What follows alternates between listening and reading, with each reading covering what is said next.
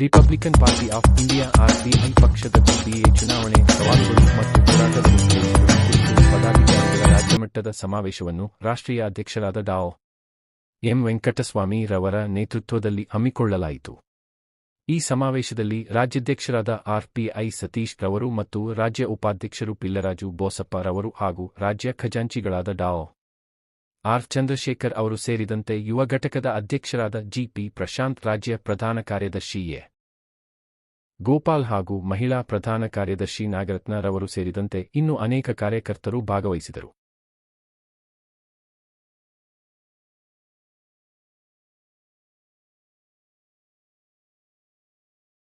ಪದಾಧಿಕಾರಿಗಳ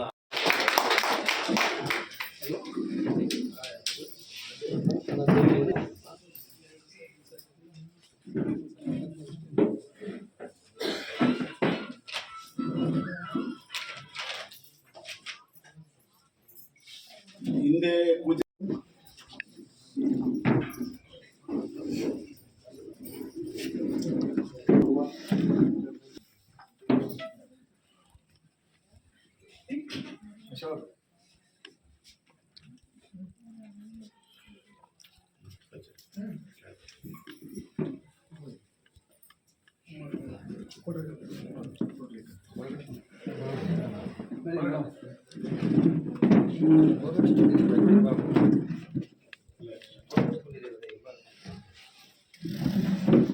जय जय भीम, जय भीम, जय भीम, जय जय जय जय जय भीम, जय भीम, जय भीम। अंबेडकर जिंदाबाद, जिंदाबाद, जिंदाबाद। रिपब्लिकन पार्टी ऑफ इंडिया जिंदाबाद, जिंदाबाद, जिंदाबाद। रिपब्लिकन पार्टी ऑफ इंडिया जिंदाबाद, जिंदाबाद, जिंदाबाद। वेंकट समण्ण जिंदाबाद, जिंदाबाद, जिंदाबाद। रामदास अठवले जिंदाबाद, जिंदाबाद, जिंदाबाद। ವೇದಿಕೆ ಮೇಲಿರುವ ನನ್ನ ಹೋರಾಟದ ಗುರುಗಳಾದ ಅಣ್ಣ ವೆಂಕಟರಮಣನವರ ಪಾದಚರಣಕ್ಕೆ ನಮುತ್ತಾ ಇವತ್ತು ಏನೊಂದು ಪದಾಧಿಕಾರಿಗಳ ರಾಜ್ಯ ಮಟ್ಟದ ಸಮಾವೇಶವನ್ನು ಹಮ್ಮಿಕೊಂಡಿದ್ದಾರೆ ಪಿಳ್ಳರಾಜಣ್ಣವರ ಮನೆಯಲ್ಲಿ. ಎಲ್ರಿಗೂ ಭೀಮ ಸ್ವಾಗತ ಕೋರ್ತೇನೆ. ಅಣ್ಣ ಯಾವಾಗಲೂ ನನಗೆ ಹೇಳ್ತಾ ಇರ್ತಾರೆ, ಕೌನ್ಸಿಲರ್ ಅಂತ ಆದರೆ ಪ್ರಶಾಂತ್ ಆಗೇ ಆಗ್ತಾನೆ ಅಂತ. ನನ್ನ ಕೌನ್ಸಿಲರ್ ಆದಷ್ಟೇ ಸಂತೋಷ ಆಗ್ತಾ ಇದೆ ಇವತ್ತು. ಯಾಕಂದರೆ ಪ್ರತಿಯೊಂದು ನನ್ನ ಒಂದು ಸಮಾಜ ಸೇವೆಯನ್ನು ಅವರು ಗುರುತಿಸಿದ್ದಾರೆ. 20 ವರ್ಷ ಆಯಿತು ನನ್ನೊಂದು ಸಮಾಜ ಸೇವೆಗೆ ಬಂದು. ನಾನು ಕೌನ್ಸಿಲರ್ ಆಗಬೇಕು ಅಂತ ನಾನು ಸಮಾಜ ಸೇವೆ ಮಾಡಲಿಲ್ಲ. ಯಾರಿಗಾನ ಒಬ್ಬರಿಗೆ ಸಹಾಯ ಆಗಬೇಕು ನನ್ನಿಂದ, ನಾನೊಬ್ಬ ಮನುಷ್ಯನಾಗಿ ಹುಟ್ಟುಬಿಟ್ಟಿದ್ದೀನಿ, ಮನುಷ್ಯತ್ವದ ಮೇಲೆ ಈ ಭೂಮಿ ನಿಂತಿದೆ ಅಂತ ಅಗ್ನಿಶಿತಣ್ಣವರು ಯಾವಾಗೂ ಹೇಳ್ತಾ ಇದ್ರು. ಆ ಒಂದು ನಿಟ್ಟಿನಲ್ಲಿ ಅವರೇ ಒಂದು ದಾರಿಯಲ್ಲಿ ಹಾಗೂ ಅಣ್ಣನವರ ದಾರಿಯಲ್ಲಿ ನಡ್ಕೊಂಡು ಬರ್ತಾ ಇದ್ದೀನಿ. ಹಾಗಾಗಿ ಈ ಸಮಾಜ ಸೇವೆ ಮೂಲಕ ನಾನು ಇವತ್ತು ಈ ಮಟ್ಟದಲ್ಲಿ ಬಂದು ನಾನು ನಿಂತಿದ್ದೀನಿ ಅಂತ ಹೇಳಕ್ಕೆ ಇಷ್ಟಪಡ್ತೀನಿ. ನಾನು ಕೌನ್ಸಿಲರ್ ಆಗಬೇಕು ಅಂತ ನಾನು ಯಾವತ್ತೂ ನಾನು ಸಮಾಜ ಸೇವೆ ಮಾಡಲಿಲ್ಲ. ಲಕ್ಷಾಂತರ ಜನಕ್ಕೆ ನಾನು ಊಟದ ವ್ಯವಸ್ಥೆ ಆಗಿರ್ಬೋದು, books, bag, health camp, blood camp. ನನ್ನ ಆಲ್ಬಮ್ ತೆಗೆದ್ರೆ ಒಂದು 50 ಆಲ್ಬಮ್ ಇದೆ ನಾನು. ಅದು ಮೊನ್ನೆ ನಾವು ಚಂದ್ರಶೇಖರ್ ಸರ್ ಯಾವುದೋ ಒಂದು ಪ್ರಶಸ್ತಿ ಬೇಕು ಅಂದಾಗ ಅದನ್ನು ತೆಗೆದಾಗ ನಾನು ಇಷ್ಟೆಲ್ಲ ಮಾಡಿದ್ದೀನಾ ಅಂತ ನನಗೆ ಒಂದು ಟೈಮ್ ಒಂದು ಆಶ್ಚರ್ಯ ಆಗ್ಬಿಡ್ತು. ಇದಕ್ಕೆಲ್ಲ ನನಗೆ ಈ ಬೆನ್ನು ಎಲುಬಾಗಿ ನಿಂತವರು ನನ್ನ ಸ್ನೇಹಿತರು. ಅವರಿಗೆ ಈ ಸಂದರ್ಭದಲ್ಲಿ ಥ್ಯಾಂಕ್ಸ್ ಹೇಳೋದಕ್ಕೆ ಇಷ್ಟಪಡ್ತೀನಿ. ಹಿರಿಯ ನಾಯಕರು, ಹಿರಿಯ ಹೋರಾಟಗಾರರು, ರಿಪಬ್ಲಿಕನ್ ಪಾರ್ಟಿ ಆಫ್ ಇಂಡಿಯಾ ರಾಷ್ಟ್ರೀಯ ಕಾರ್ಯಾಧ್ಯಕ್ಷರಾದ ಡಾಕ್ಟರ್ ಎಂ. ಎನ್. ಸೋಮಣ್ಣ ಅವರ ಅಣ್ಣನವರ ನೇತೃತ್ವದಲ್ಲಿ ಇವತ್ತು ರಾಜ್ಯ ಸಮಿತಿ ಒಂದು ಪದಾಧಿಕಾರಿಗಳ ಒಂದು ಸಭೆಯಲ್ಲಿ ನಾವೆಲ್ಲ ಸೇರಿದ್ದೀವಿ. GBA ಚುನಾವಣೆ ಬರ್ತಾ ಇದೆ. ಮೊದಲು ಮಹಾನಗರ ಪಾಲಿಕೆ ಇತ್ತು, ಈಗ GBA ಆಗಿದೆ. ಅಂದರೆ 20,000 ಮತಗಳಿರೋದಕ್ಕೆ ಒಂದು ವಾರ್ಡ್ ಅಂತ ಮಾಡಿದ್ದಾರೆ. ಮೊದಲು ಒಂದು ವಾರ್ಡಲ್ಲಿ ಸುಮಾರು ಇಷ್ಟು ಹಳ್ಳಿಗಳು ಬರೋದನ್ನ ಈಗ 5-6 GBAಗಳ ಥರ ಮಾಡಿದ್ದಾರೆ. ಇದು ಒಂದು ಅವಕಾಶ ರಿಪಬ್ಲಿಕನ್ ಪಾರ್ಟಿ ಆಫ್ ಇಂಡಿಯಾಗೆ. ಇದು ಮೊಟ್ಟ ಮೊದಲಿಗೆ ನಮಗೊಂದು ಅವಕಾಶ ಸಿಕ್ಕಿದೆ ಅಂತ ನಾನು ಭಾವಿಸ್ತೀನಿ. ಯಾಕಂತಂದರೆ ಇವತ್ತು ನಾನು 2017ರಿಂದ ರಿಪಬ್ಲಿಕನ್ ಪಾರ್ಟಿ ಆಫ್ ಇಂಡಿಯಾದಲ್ಲಿ ರಾಜ್ಯ ಪ್ರಧಾನ ಕಾರ್ಯದರ್ಶಿ ಜವಾಬ್ದಾರಿ ತಗೊಂಡಾಗಿಂದ ನಿರಂತರವಾಗಿ ನಾನು ಎಲ್ಲ ಕಡೆಯೂ ಕಾರ್ಯಕ್ರಮಗಳಾಗಿರ್ಬೋದು, ಮತ್ತು ಪ್ರತಿಯೊಂದು ನಮ್ಮ ಬೆಂಗಳೂರು ಸೌತ್ ಆಗಿರ್ಬೋದು, ಬೊಮ್ಮನಹಳ್ಳಿ ಆಗಿರ್ಬೋದು, ಆನೇಕಲ್ ತಾಲೂಕು ಆಗಿರ್ಬೋದು, ಅನೇಕ ಪ್ರಚಾರಗಳನ್ನ ಮಾಡಿದ್ದೀವಿ, ಅನೇಕ ಹೋರಾಟಗಳಲ್ಲಿ ಭಾಗಿಯಾಗಿದ್ವಿ. ಇದಕ್ಕೆಲ್ಲ ನನಗೆ ದಾರಿ ತೋರಿಸ್ಕೊಟ್ಟವ್ರು ಯಾರು? ಈ ರಾಜಕೀಯ ಗುರುಗಳಂತಲೇ ನಾನು ಯಾರಾದರೂ ಕೇಳಿದ್ರೆ ಯಾರಪ್ಪ ಅಂತಂದರೆ ನಮ್ಮ ಡಾಕ್ಟರ್ ಎಂ. ಎನ್. ಸೋಮಣ್ಣ ಅವರು ಅಂತ ಹೇಳ್ತೀನಿ. ಯಾಕಂತಂದರೆ 25 ವರ್ಷಗಳಿಂದ ನಾನು ನಿರಂತರವಾಗಿ ಹೋರಾಟಗಳು ಮಾಡ್ಕೊತ ಬರ್ತಿದ್ದೆ. ಆದರೆ ಬಾಬಾ ಸಾಹೇಬ್ ಅಂಬೇಡ್ಕರ್ ಸ್ಥಾಪನೆ ಮಾಡಿರೋಂಥ ಪಾರ್ಟಿಯಲ್ಲಿ ಇವತ್ತು ನಾವು ಗುರುಸ್ಕೊಂತ ಇದ್ದೀವಿ ಅಂತಂದರೆ ನಾವೆಲ್ಲರೂ ಸ್ವಾಭಿಮಾನಿಗಳು. ಇವತ್ತು ಸ್ವಾಭಿಮಾನಿಗಳಾಗಿ ನಾವು ಇವತ್ತು ಬದುಕ್ತಾ ಇದ್ದೀವಿ. ಸ್ವಾಭಿಮಾನಿಗಳಾಗಿ ನಿಲ್ಲಬೇಕು ಅಂದರೆ ಬೇರೆ ಪಕ್ಷಗಳಲ್ಲಿ ನಮ್ಗೆ ಅವಕಾಶ ಸಿಗಲ್ಲ. ಇವತ್ತು ರಿಪಬ್ಲಿಕನ್ ಪಾರ್ಟಿ ಆಫ್ ಇಂಡಿಯಾದಲ್ಲಿ ಇಷ್ಟೊತ್ತು ಅಣ್ಣ ನಮಗೆ ಏನೆಲ್ಲ ಅನ್ಯಾಯಗಳಾಗ್ತಿದೆ, ಬರೀ ಒಂದು ಜಾತಿಗೆ ಮಾತಾಡ್ತಿಲ್ಲ, ಇವತ್ತು ಜಿಬಿನಲ್ಲಿ ಸಾಮಾನ್ಯ ಮಾಡಿರೋ ಕಡೆ ಇವತ್ತು ಎಷ್ಟೋ SC STಗಳು ಜನಸಂಖ್ಯೆ ಹೆಚ್ಚಿದೆ, ಅಂತ ಕಡೆ ಎಲ್ಲರೂ ಸಾಮಾನ್ಯ ಮಾಡಿಬಿಟ್ಟಿದ್ದಾರೆ. ಸಭೆಯನ್ನು ಕರೆದಿದ್ದೀವಿ. ಈ ಸಭೆಗೆ ತಾವುಗಳೆಲ್ಲರೂ ಬಂದಿರೋದು ಬಹಳ ಆಸೀನರಾಗಿರುವ ಎಲ್ಲರಿಗೂ ಭೀಮವಂದನೆಗಳನ್ನು ತಿಳಿಸುತ್ತಾ, ಚುನಾವಣೆ ಸಮೀಪ ಬರ್ತಾ ಇದೆ, ಘೋಷಣೆ ಆಗಿದೆ, ಆದರೆ ದಿನಾಂಕ ಇನ್ನೂ ನಿಗದಿ ಮಾಡಿಲ್ಲ. ನಾವು ಈ ಸಭೆ ಮಾಡಿರೋ ಉದ್ದೇಶ ಏನು ಅಂತಂದರೆ, ಚುನಾವಣೆಗೆ ಏನು ಸಿದ್ಧತೆಗಳು ಮಾಡ್ಕೊಬೇಕು, ಯಾರಿಗೆ ಆಸಕ್ತಿ ಇದೆ ಚುನಾವಣೆಯಲ್ಲಿ ಸ್ಪರ್ಧೆ ಮಾಡಲಿಕ್ಕೆ ಅನ್ನೋ ಒಂದು ಪಟ್ಟಿನ ಮಾಡಿ ನಾವು ಚುನಾವಣೆನ ಹೆಂಗೆ ಎದುರಿಸಬೇಕು ಅನ್ನೋ ಒಂದು ಉದ್ದೇಶ ಇಟ್ಕೊಂಡು ಈ ಸಭೆಯನ್ನು ಕರೆದಿದ್ದೀವಿ. ತಾವುಗಳೆಲ್ಲರೂ ಸಹಕಾರ ಕೊಟ್ಟು ನನಗೆ ಏನು ಒಂದು ಜವಾಬ್ದಾರಿ ಕೊಟ್ಟಿದ್ದಾರೆ ಅಣ್ಣವರು, ಅದನ್ನು ಪೂರೈಸಲಿಕ್ಕೆ, ನಾನು ಅದನ್ನು ನಿಭಾಯಿಸಲಿಕ್ಕೆ ನಾನು ಶಕ್ತನಾಗಿದ್ದೇನೆ ಎಂದು ನಾನು ಭಾವಿಸಿದ್ದೇನೆ. ನಿಮ್ಮೆಲ್ಲರ ಸಹಕಾರದಿಂದ ನೀವು ಸಹಕಾರ ಕೊಟ್ಟರೆ ಮಾತ್ರ. ಹಾಗಾಗಿ ನಾನು 24 ಗಂಟೆ, ದಿನದಲ್ಲಿ 24 ಗಂಟೆಗಳು ಕೂಡ ಚುನಾವಣೆ ಮುಗಿಯೋ ತನಕನೂ ಎಲ್ಲಿಗೆ ಕರೀರಿ, ಯಾವುದೇ ಸಂದರ್ಭದಲ್ಲಿ ಏನೇ ಮೀಟಿಂಗ್ ಇದ್ರೂ, ಏನೇ ಆಗು ಹೋಗುಗಳು, ಒಂದು ತೊಂದರೆ ಇರ್ಬೋದು, ಒಂದು ಒಳ್ಳೇದಿರ್ಬೋದು, ಕೆಟ್ಟದ್ದಿರ್ಬೋದು, ಎಲ್ಲದಕ್ಕೂ ನಾನು ಭಾಗವಹಿಸಲಿಕ್ಕೆ ಸಿದ್ಧನಿದ್ದೀನಿ ಅಂತ ಹೇಳ್ತಾ ಜೊತೆಗೆ ನಾನು ಈ ಭಾಗದಲ್ಲಿ ಅಣ್ಣನ ಗೊತ್ತಿದೆ, ಮುಂದೆನೇ ನಾನು ನಿಲ್ಲಬೇಕು ಅಂತ ಇದ್ದೆ. ಕಾರಣಾಂತರಗಳಿಂದ ನಮ್ಮನ್ನು ಆಳುವಂಥ ಸರ್ಕಾರಗಳು ಇದುವರೆಗೂ ಇದು ಮಹಾನಗರ ಪಾಲಿಕೆನ ಮುಂದೂಡ್ತಾನೆ ಬಂತು. ಇದು ಯಾರಿಗೆ ಲಾಭನೋ ಯಾರಿಗೆ ನಷ್ಟನೋ ಗೊತ್ತಿಲ್ಲ, ಹಾಗಾಗಿ ಮುಂದೂಡ್ಕೊಂಡು ಬಂತು. ಕೋರ್ಟ್ ಆದೇಶಗಳನ್ನು ಕೂಡ ಧಿಕ್ಕಾರ ಮಾಡಿಕೊಂಡು ಮುಂದಕ್ಕೆ ಹಾಕ್ಕೊಂಡೇ ಬಂದಿದೆ. ಆಗಾಗ ಮತ್ತೆ ಮುಂದೆ ಹಾಕಲಿಕ್ಕೆ ಸಾಧ್ಯ ಇಲ್ಲದೇ ಕಾರಣ ಈಗ ಚುನಾವಣೆ ನಡೆಸಲೇಬೇಕು. ಹಾಗಾಗಿ ಈಗ ಅನೌನ್ಸ್ ಆಗಿದೆ, ನಾವು ಸ್ಪರ್ಧೆ ಮಾಡಲಿಕ್ಕೆ ನಮ್ಮ ಪಕ್ಷದಿಂದ ನಾವೆಲ್ಲರೂ ಸಿದ್ಧರಾಗೋಣ ಅಂತ ಹೇಳಿ, ನಾನು ಜೊತೆಯಲ್ಲಿ ನಿಮಗೆ ಈಗ ಎಲ್ಲರೂ ಸೇರಿದ್ದೀರಿ. ಈಗಲೇ ನನ್ನ ನಿರ್ಣಯ ಏನು ಅಂತಂದರೆ, ಒಂದು ನನ್ನ ಅಭಿಪ್ರಾಯ ಏನು ಅಂತಂದರೆ, ನನ್ನ ಸಮಸ್ಯೆ ಏನು ಅಂತಂದರೆ, ಒಂದನ್ನು ನಿಮ್ಮ ಹತ್ರ ಹೇಳಲಿಕ್ಕೆ ಬಯಸ್ತೀನಿ. ನಮ್ಮ ಮನೆಯಲ್ಲಿ ಕಾಂಗ್ರೆಸ್ಸಿಂದ ಒಬ್ಬರು ಟಿಕೆಟ್ ತರಬೇಕು ಅಂತ ಇದ್ದಾರೆ, ನಮ್ಮ ಅಣ್ಣನ ಮಗನಿಗೆ. ಸೊ ಅಲ್ಲಿ ನಾನು ಮಾತಾಡಿ ಕಂಡೀಷನ್ ಹಾಕಿದ್ದೀನಿ. ಏನಂತ, ನಮ್ಮ RPIನ ಅಣ್ಣ ಹೇಳಿದ್ರಲ್ಲ ಪ್ರಿಂಟು ಅಲ್ಲಿ ಇಟ್ಕೊಂಡು ಅವರ ಒಡಂಬಡಿಕೆಯಲ್ಲಿ ನಮ್ಮ RPI ಬ್ಯಾನರ್ ಅಡಿಯಲ್ಲೇ ಚುನಾವಣೆ ಮಾಡೋದಾದರೆ ನಾನು ಹಿಂದೆ ಸರಿಯಿದ್ದೀನಿ. ಅಂದರೆ ಜೊತೆಯಲ್ಲೇ RPI ಬ್ಯಾನರಲ್ಲೇ ನಾವು ಚುನಾವಣೆ ನಡೆಸೋದು, ಆಯಿತಾ? ಹಾಗೇನಾದರೂ ನಮ್ಮ ಅಣ್ಣನ ಮಗ ನಿಂತಿಲ್ಲ ಅಂತಂದರೆ ನಾನೇ ಸ್ಪರ್ಧೆ ಮಾಡ್ತೀನಿ. ನಾನು ಗೆಲ್ಲುವಂಥ ಎಲ್ಲ ಅವಕಾಶಗಳು ನನಗೆ ಇದೆ. ತಮ್ಮಗಳೆಲ್ಲರೂ ನನಗೆ ಸಹಕಾರ ಮಾಡಬೇಕು. ನನ್ನ ಜೊತೆಯಲ್ಲಿ ಸಾಧ್ಯ ಆದರೆ 1 ದಿವಸನೋ 2 ದಿವಸನೋ ಕ್ಯಾಂಪಿಂಗ್ ಬರಬೇಕು ಅಂತಂತೇಳಿ ನಾನು ತಮ್ಮಲ್ಲಿ ಕೇಳ್ಕೊಳ್ಳಿಕ್ಕೆ ಬಯಸ್ತಾ ಇದ್ದೇನೆ. ತಮ್ಮೆಲ್ಲರೂ ಗೊತ್ತಿದೆ, ಇತ್ತೀಚೆಗೆ ಸರ್ವೋಚ್ಚ ನ್ಯಾಯಾಲಯ ಒಂದು ಆದೇಶ ಹೊರಡಿಸಿ ಪ್ರತಿನಿಧಿಗಳ ಆಡಳಿತ ತರಬೇಕು. ಈಗಾಗಲೇ ಅನೇಕ ವರ್ಷಗಳಿಂದ ಆ ಜನಪ್ರತಿನಿಧಿಗಳ ಆಡಳಿತ ಇಲ್ಲದೆ ನೌಕರಶಾಹಿ, ಅಧಿಕಾರಶಾಹಿ ಅಧಿಕಾರ ನಡೆಸ್ತಾ ಇರೋದನ್ನ ಸಂವಿಧಾನ ವಿರೋಧಿ ಮತ್ತು ಪ್ರಜಾಪ್ರಭುತ್ವ ವಿರೋಧಿ ಅನ್ನೋದನ್ನ ಅರ್ಥ ಮಾಡಿಕೊಂಡು ಈ ಆದೇಶ ಹೊರಡಿಸಿದೆ. BBMP ಇದ್ದಿದ್ದು GBA ಆಗಿದೆ. ಬೃಹತ್ ಬೆಂಗಳೂರು ಮಹಾನಗರ ಪಾಲಿಕೆ ಅಂತ ಇದ್ದಂಥದ್ದನ್ನ ಇವತ್ತಿನ ಕಾಂಗ್ರೆಸ್ ಸರ್ಕಾರ ಗ್ರೇಟರ್ ಬೆಂಗಳೂರು ಅಥಾರಿಟಿ ಅಂತ ಮಾಡಿದ್ದಾರೆ. ಅಂದ್ರೆ ಬೆಂಗಳೂರು ಮಹಾನಗರ ಪ್ರಾಧಿಕಾರ ಅಂತ ಮಾಡಿದ್ದಾರೆ. ಇದನ್ನ ರಿಪಬ್ಲಿಕನ್ ಪಾರ್ಟಿ ಆಫ್ ಇಂಡಿಯಾ ವಿರೋಧ ಮಾಡಿದೆ. ಮಹಾನಗರ ಪಾಲಿಕೆ ಅದರ ಆಡಳಿತವನ್ನು ಸಮರ್ಥವಾಗಿ ನಿಭಾಯಿಸಕ್ಕಾಗದೆ ಅದನ್ನ ಲೂಟಿಕೋರ ಕೇಂದ್ರವನ್ನಾಗಿಸಿ ಈ ಲೂಟಿಕೋರತನವನ್ನ ಮತ್ತಷ್ಟು ವಿಸ್ತರಣೆ ಮಾಡ್ಕೊಳ್ಳೋದಕ್ಕೆ ಇವತ್ತು GBA ಅಂತ ಮಾಡಿ BBMP ವ್ಯಾಪ್ತಿಯಲ್ಲಿದ್ದಂಥ ಎಲ್ಲ ಸಂಪನ್ಮೂಲಗಳನ್ನ ಭೂಮಿಯನ್ನ ನಿವೇಶನಗಳನ್ನು ಲೂಟಿ ಮಾಡಿದ ಸಾಕಾಗಲ್ಲ ಅಂತೇಳಿ ಇವತ್ತಿನ ಕಾಂಗ್ರೆಸ್ ಸರ್ಕಾರ ಅದನ್ನು ವಿಸ್ತರಿಸಿಕೊಂಡು ಈ ಲೂಟಿಕೋರೆ ದಂಧೆಯನ್ನ ಮೈಲಿಗಟ್ಟಲೆ ಹೊರಗಡೆ ವಿಸ್ತರಿಸ್ತಕ್ಕಂಥ ಕೆಲಸ ಮಾಡೋದಕ್ಕೆ ನಮ್ಮ ವಿರೋಧ ಈಗಾಗಲೇ ವ್ಯಕ್ತಪಡಿಸಿದ್ದೀವಿ. ಈ ಹಿನ್ನೆಲೆಯಲ್ಲಿ GBA ಎಲೆಕ್ಷನ್ ನಡೆದ್ರೆ, GBA ಅಂದರೆ ಇರೋ ಮಹಾನಗರ ಪಾಲಿಕೆಯನ್ನ 5 ಪಾಲಿಕೆಗಳನ್ನ ಮಾಡಿರುವಂಥದ್ದು, ಬೇರೆ ಇನ್ನೇನೂ ಅಲ್ಲ. ಇರೋ 98 ವಾರ್ಡ್ಗಳಿದ್ದು 100 ಚಿಲ್ಲರೆ ಆಯಿತು. ಈಗ 369 ವಾರ್ಡ್ಗಳು ಮಾಡಿದ್ದಾರೆ.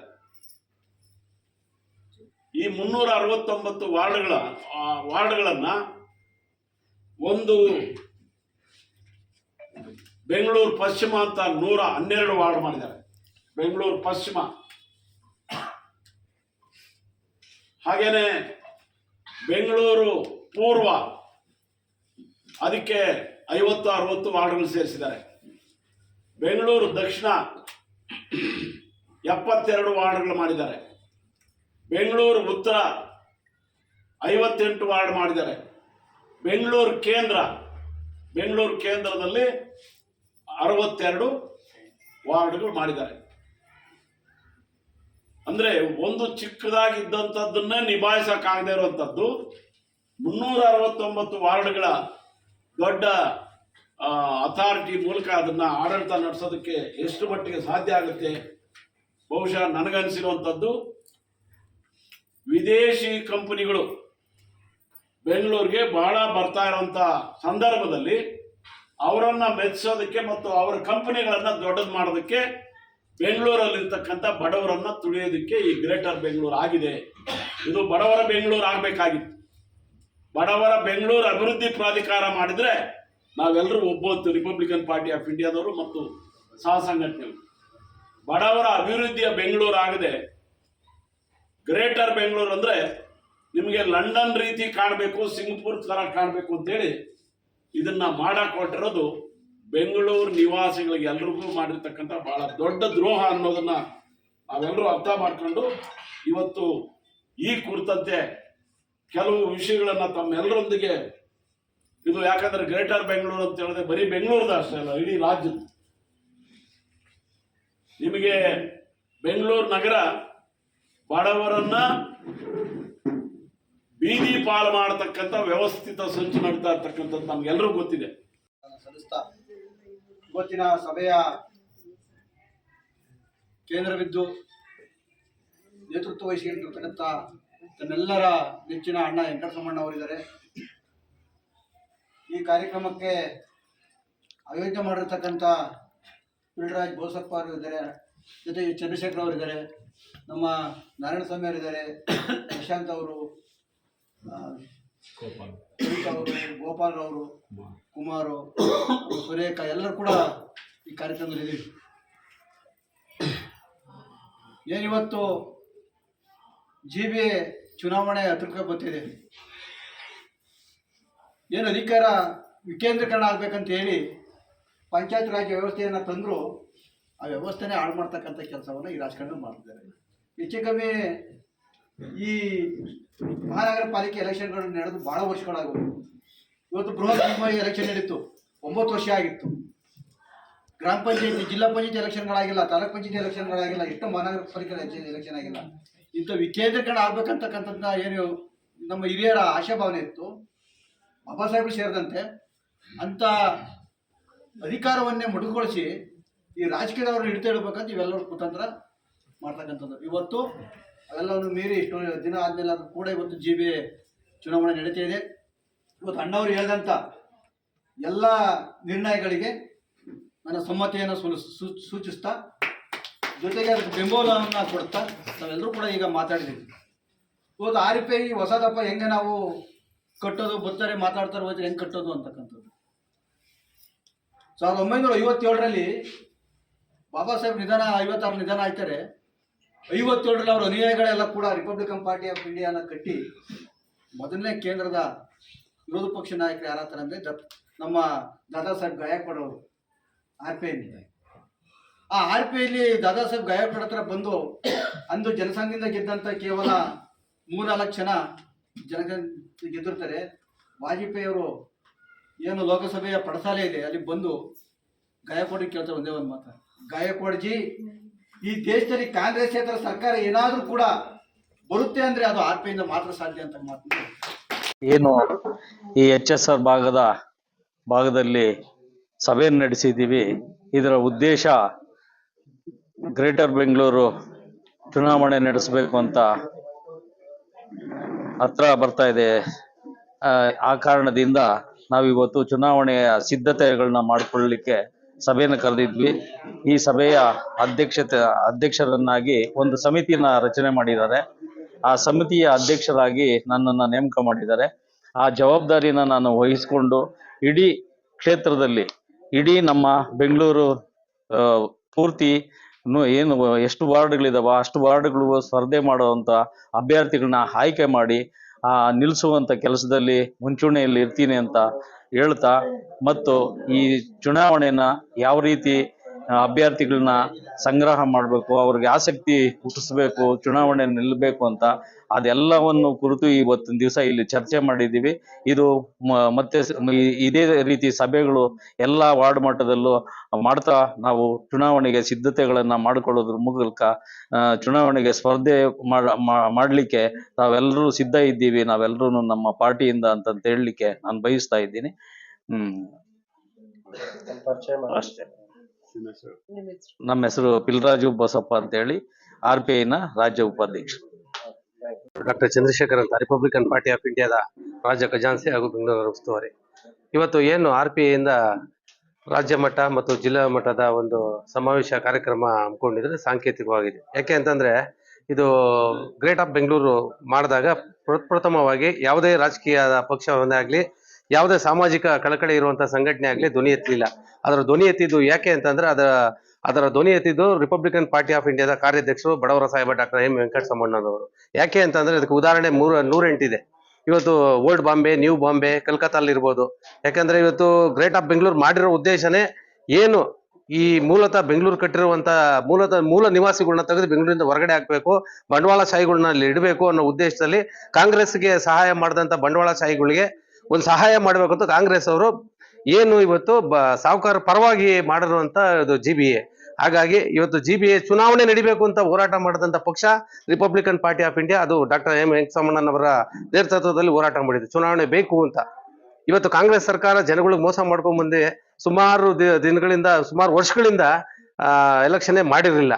ಇವತ್ತು ಆ ಎಲೆಕ್ಷನ್ ಮಾಡ್ತಾ ಇರೋ ಉದ್ದೇಶನೇ ಒಂದು, ಅದು ಹೋರಾಟ ಮಾಡಿದಂಥದ್ದು ರಿಪಬ್ಲಿಕನ್ ಪಾರ್ಟಿ ಆಫ್ ಇಂಡಿಯಾ. ಅದು ಹೋರಾಟದ ಫಲ ರಿಪಬ್ಲಿಕನ್ ಪಾರ್ಟಿ ಆಫ್ ಇಂಡಿಯಾಗೆ ಸಿಗ್ಬೇಕಾಗಿರುವಂಥದ್ದು. ಹಾಗಾಗಿ ಇವತ್ತು ಸಾಂಕೇತಿಕವಾಗಿ ಏನ್ ಮಾಡಿದ್ದಾರೆ ವೆಂಕಟರಮಣ್ಣನವರು, ಅದು ಗ್ರೇಟ್ ಆಫ್ ಬೆಂಗಳೂರಲ್ಲ, ಬಡವರಿಗೋಸ್ಕರ ಬಡವರ ಕೊಲೆ ಮಾಡುವಂತ ಒಂದು GBA ಅಂತ ಹೇಳ್ತಾ ಇವತ್ತು ಆ ಚುನಾವಣೆಗೆ ಏನು ಸಮತಾ ಸೈನಿಕ ದಳ ಇರ್ಬೋದು, ರಿಪಬ್ಲಿಕನ್ ಪಾರ್ಟಿ ಆಫ್ ಇಂಡಿಯಾ ಇರ್ಬೋದು, ಮತ್ತೆ ದಲಿತ ಸಂಘಟನೆ ಒಕ್ಕೂಟದ ಸಂಸ್ಥಾಪಕರಾದ ಡಾಕ್ಟರ್ ಎಂ ವೆಂಕಟರಮಣ್ಣನವರು ಇರ್ಬೋದು, ಮತ್ತೆ ಅದೇ ರೀತಿ ಏನು ವೆಂಕಟರಮಣ್ಣನವರ ಅಭಿಮಾನಿ ಬಳಗ ಏನಿದೆ ಅವರೆಲ್ಲರೂ ಇವತ್ತು ರಿಪಬ್ಲಿಕನ್ ಪಾರ್ಟಿ ಆಫ್ ಇಂಡಿಯಾನ ಎಲ್ಲ ನಮ್ಮ ಪ್ರತಿ ಒಂದು ವಾರ್ಡಲ್ಲೂ ಎಲೆಕ್ಷನ್ ನಿಲ್ಲಿಸಬೇಕು ಅನ್ನೋ ಉದ್ದೇಶದಲ್ಲಿ ವೆಂಕಟರಮಣ್ಣನವರು ಸಾಂಕೇತಿಕವಾದ ಒಂದು ಸಮಾವೇಶ ಮಾಡಿದ್ದಾರೆ. ಮುಂದಿನ ದಿನಗಳಲ್ಲಿ ದೊಡ್ಡ ಮಟ್ಟದಲ್ಲಿ ಸಮಾವೇಶ ಮಾಡಿ ಏನು ರಿಪಬ್ಲಿಕನ್ ಪಾರ್ಟಿ ಆಫ್ ಇಂಡಿಯಾದ ಶಕ್ತಿ ನಾವು ಪ್ರದರ್ಶನ ಮಾಡ್ತೀವಿ ಅಂತ ಈ ಮೂಲಕ ತಿಳಿಸ್ತೀನಿ. ಜೈ ಭೀಮ್, ಜೈ ಭಾರತ್. ಈ ದಿನ HSR ಲೇಔಟ್ನ ಅಗರ ವಾರ್ಡ್ ಅಲ್ಲಿ ರಿಪಬ್ಲಿಕನ್ ಪಾರ್ಟಿ ಆಫ್ ಇಂಡಿಯಾದ ರಾಜ್ಯ ಮಟ್ಟದ ಪದಾಧಿಕಾರಿಗಳು, ಬೆಂಗಳೂರು GBA ವ್ಯಾಪ್ತಿಯ ಎಲ್ಲಾ ವಾರ್ಡ್ಗಳ ಪದಾಧಿಕಾರಿಗಳ ಒಂದು ಸಮಾವೇಶ ಅತ್ಯಂತ ಯಶಸ್ವಿಯಾಗಿ ಜರುಗಿದೆ. ಪ್ರಮುಖವಾಗಿ 5 ನಿರ್ಣಯಗಳನ್ನ ಇಲ್ಲಿ ತಗೊಂಡಿದ್ದೀವಿ. GBA ಚುನಾವಣೆಯಲ್ಲಿ Republican party of India GBA ವ್ಯಾಪ್ತಿಯ 369 ವಾರ್ಡ್ಗಳಿಗೂ ಕೂಡ ಅಭ್ಯರ್ಥಿಗಳನ್ನ ಕಣಕ್ಕಿಳಿಸ್ತಕ್ಕಂಥ ತೀರ್ಮಾನ ತಗೊಂಡಿದೆ. ಇದಕ್ಕಾಗಿ ರಿಪಬ್ಲಿಕನ್ ಪಾರ್ಟಿ ಆಫ್ ಇಂಡಿಯಾ ಜೊತೆಗೆ ಕೈ ಜೋಡಿಸ್ತಕ್ಕಂಥ ಸಮಾನ ಮನಸ್ಕ ರಾಜಕೀಯ ಪಕ್ಷಗಳು ಮತ್ತು ಸಂಘಟನೆಗಳು ಕೂಡ ಅಭ್ಯರ್ಥಿಗಳನ್ನ ಈ ರಿಪಬ್ಲಿಕನ್ ಪಾರ್ಟಿ ಆಫ್ ಇಂಡಿಯಾದ ತೆಕ್ಕೆಗೆ ಬರೋದಕ್ಕೆ ಮುಕ್ತವಾದಂತಹ ಅವಕಾಶ ಮಾಡಿಕೊಟ್ಟಿದ್ದೀವಿ. ಅದಕ್ಕಾಗಿ ರಿಪಬ್ಲಿಕನ್ ರಂಗ, ರಿಪಬ್ಲಿಕನ್ ಫ್ರಂಟ್ ಅಂತೇಳಿ ಒಂದು ರಂಗವನ್ನ ಪ್ರಾರಂಭ ಮಾಡಿದೀವಿ. ರಿಪಬ್ಲಿಕನ್ ಪಾರ್ಟಿ ಆಫ್ ಇಂಡಿಯಾ ನೇತೃತ್ವದಲ್ಲಿ ನಡೀತಕ್ಕಂಥ ಈ ರಿಪಬ್ಲಿಕನ್ ಫ್ರಂಟ್ ಅಲ್ಲಿ ಅಂಬೇಡ್ಕರ್ ವಿಚಾರಕ್ಕೆ ಬದ್ಧರಾಗಿರ್ತಕ್ಕಂಥ ಯಾವುದೇ ರಾಜಕೀಯ ಪಕ್ಷ ಅಥವಾ ಸಂಘಟನೆಯವರು ಬಂದು ಇಲ್ಲಿ ತಮ್ಮ ಸ್ಪರ್ಧೆಗೆ ಅವಕಾಶ ಮಾಡಿಕೊಡಲಾಗಿದೆ. ಅಭ್ಯರ್ಥಿಗಳ ಪಟ್ಟಿಯನ್ನು ಕೊಡಬೇಕಾಗಿದೆ. ಅದಕ್ಕೂ ಮೊದಲು GBA ಪ್ರಕಟಣೆ ಮಾಡಿರ್ತಕ್ಕಂಥ ಮೀಸಲಾತಿ ವಾರ್ಡ್ಗಳ ಅವೈಜ್ಞಾನಿಕ ಅಂಕಿಅಂಶಗಳಿಂದ ಕೂಡಿರೋದನ್ನ ನಾವು ಖಂಡಿಸಿ ದಿನಾಂಕ 21 ಅಂದ್ರೆ ಕೊನೆ ದಿನ ಕೊಟ್ಟಿದ್ದಾರೆ. ಆ ಕೊನೆ ದಿನ 21/1/2026ನೇ ತಾರೀಕು GBA ಕೇಂದ್ರ ಕಚೇರಿ ಮುಂದೆ ಒಂದು ಸಾಮೂಹಿಕವಾಗಿರ್ತಕ್ಕಂಥ ಆಕ್ಷೇಪಣಾ ಪತ್ರಗಳನ್ನ ಸಲ್ಲಿಕೆ ಕಾರ್ಯಕ್ರಮ ಹಮ್ಮಿಕೊಂಡಿದ್ದೀವಿ.